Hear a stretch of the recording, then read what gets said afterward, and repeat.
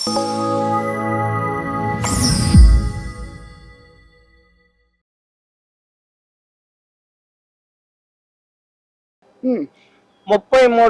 ఎకరాలు ఇచ్చిన రైతుల్ని నువ్వు ఎంత ఇబ్బంది పెట్టావబ్బా? పరదాలు వేసుకుని తిరుగుతావా? సరే, ఆ 33,000 ఎకరాలు ఆయన ఏమో ఆక్రమించుకోలేదు. 33,000 ఎకరాలు ఆయన ఇచ్చారు. నువ్వు ఈ రోజు ఒక రియల్ ఎస్టేట్ చేసుకోవాలి అన్నా, ఒక పెళ్లి చేసుకోవాలి అన్నా, రాష్ట్రంలో బతకాలి అన్నా, మీ రాష్ట్రానికి రాజధాని ఏది అంటే చెప్పే పరిస్థితి ఉందా?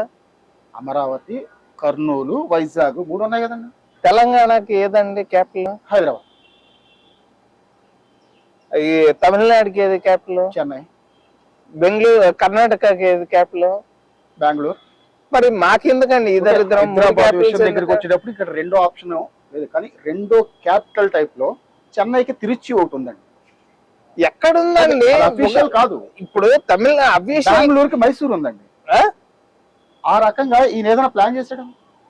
ఎట్లా అండి? 28 రాష్ట్రాలకి ఇండియా క్యాపిటల్ ఏది చెప్పండి? ఢిల్లీ. అన్నిటికీ ఒక్కొక్కటి చెప్తా, మహారాష్ట్రానికి మాత్రం 3 రాజధానులు. ఈయన ఆలోచించట్లేదేమోనండి. ఎందుకని 38 కేసులు ఉన్నాయి కాబట్టి, బాబాయ్ కేసు కాబట్టి, కోడికత్తి కేసు కాబట్టి, 10 ఏళ్లుగా బెయిల్ మీద బతుకుతున్నాడు కాబట్టి, ఈ దిక్కుమాలిన తెలివితేటలన్నీ జైల్లో ఖైదీకే. 10 ఏళ్ళు ఎవరికైనా బెయిల్ ఇస్తారా? మరి ఈయనకి 3 రోజులు ఇస్తారా, 30 రోజులు ఇస్తారు? లేదు. ఏ తప్పు చేశాడని కోడికత్తి సీనికి 5 ఏళ్ళుగా జైలు శిక్ష పడింది చెప్పండి? శిక్ష పడలేదండి, ఆయన బెయిల్ మీద ఇప్పుడు జైల్లో ఉన్నారు. ఎందుకని? ఒక మర్డర్ చేసిన, ఒక మానభంగం చేసిన, ఒక నెలలో బయట ఉంటారు. సాక్షాత్తు ప్రతిపక్ష నేత మీద హత్యాయత్నం చేశాడు కాబట్టి లోపల ఉన్నాడండి. ఎన్ని నెలలు ఉంచుతారు? ఆ కేసు వివరం తెలియ వరకు. నిజంగా నీకు కోడికత్తి గుచ్చుకుందా? కుట్లేసారా? నువ్వు వైజాగ్ లో దాడి జరిగితే నువ్వు హైదరాబాద్ లో వైద్యం చేయించుకునేది ఏంది? వైజాగ్ లో హాస్పిటల్ లేవా? నమ్మలేదేమో టీడీపీ ప్రభుత్వం.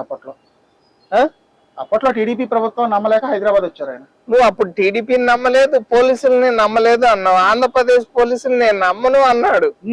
ఇప్పుడు అదే పోలీసుల చేత రాష్ట్రాన్ని ముఖ్యమంత్రి అయ్యాక వాళ్ళతో బాగా పనిచేస్తున్నాడేమో, అందుకే నమ్ముతున్నాడేమో. లేదు, ఆయన అప్పట్లో హాస్పిటల్ నమ్మలేదు. ఈ రోజు ఆరోగ్య సురక్ష అని పెట్టాడు. అదిగో ఎవరు? మీ పేట మొక్కే ఆరోగ్య మినిస్టర్. అందుకేగా డయేరియాతో ఒక వ్యక్తిని చంపటం గానీ, 48 మందిని హాస్పిటల్లో పెట్టింది. కానీ ఇప్పుడు మంచి నీళ్లు, ఆంధ్రప్రదేశ్ మందు తాగినా చచ్చిపోతారు, ఆంధ్రప్రదేశ్ లో నీళ్లు తాగినా చచ్చిపోతారు అని చెప్పడానికి చిన్న ఎగ్జాంపుల్. మందు తాగితే మీరు చచ్చిపోతారంటారా? అదేంటి? రోజు కొన్ని వేల కోట్ల రూపాయల వ్యాపారం జరుగుతుంది. ఇప్పటిదాకా 2019 నుంచి 150,000 మంది చనిపోయారు. అక్కడ దాగే మందు వల్ల కిడ్నీలు పోతున్నాయి, లివర్లు పోతున్నాయి. ఎవరు తాగవద్దు అని డైరెక్ట్ గా డాక్టర్లే చెప్తున్న మాట వాస్తవం. రాకేష్ మాస్టర్ మద్యపాన నిషేధం ఎందుకు పెట్టాడు తెలుసా? డైరెక్ట్ గా మనిషి ఎవరు తాగుబోతు చెప్తే వెంటనే డాక్టర్లతో చెప్పేస్తున్నాడేమో. అసలు ఎక్సైజ్ డిపార్ట్మెంట్ ఏమవుతుంది? అసలు ఆ బ్రాండ్లు మీకు రాకేష్ మాస్టర్ ఎందుకు చనిపోయాడు మీకు తెలుసా? ఎందుకు చనిపోయాడు ఆయన అప్పటి వరకు హైదరాబాద్ లో ఉన్నాడు. జస్ట్ ఏంటి ఆంధ్రప్రదేశ్ వచ్చి ఒక బీరు తాగితే చనిపోతాడు ఏంటండి? ఎన్ని రోజుల నుంచి షూటింగ్ జరుగుతుంది తెలుసా? గత 15 రోజుల నుంచి షూటింగ్ జరుగుతుంటే ఆయన డైలీ ఇప్పుడు మందు రోజు అలవాటు ఆయనకి ఫస్ట్ నుంచి ఉంది. అసలు ఆ బ్రాండ్ తాగిన వాళ్ళు నిజంగా నేను మందు అవుతున్నానా విషం తాగుతున్నానా?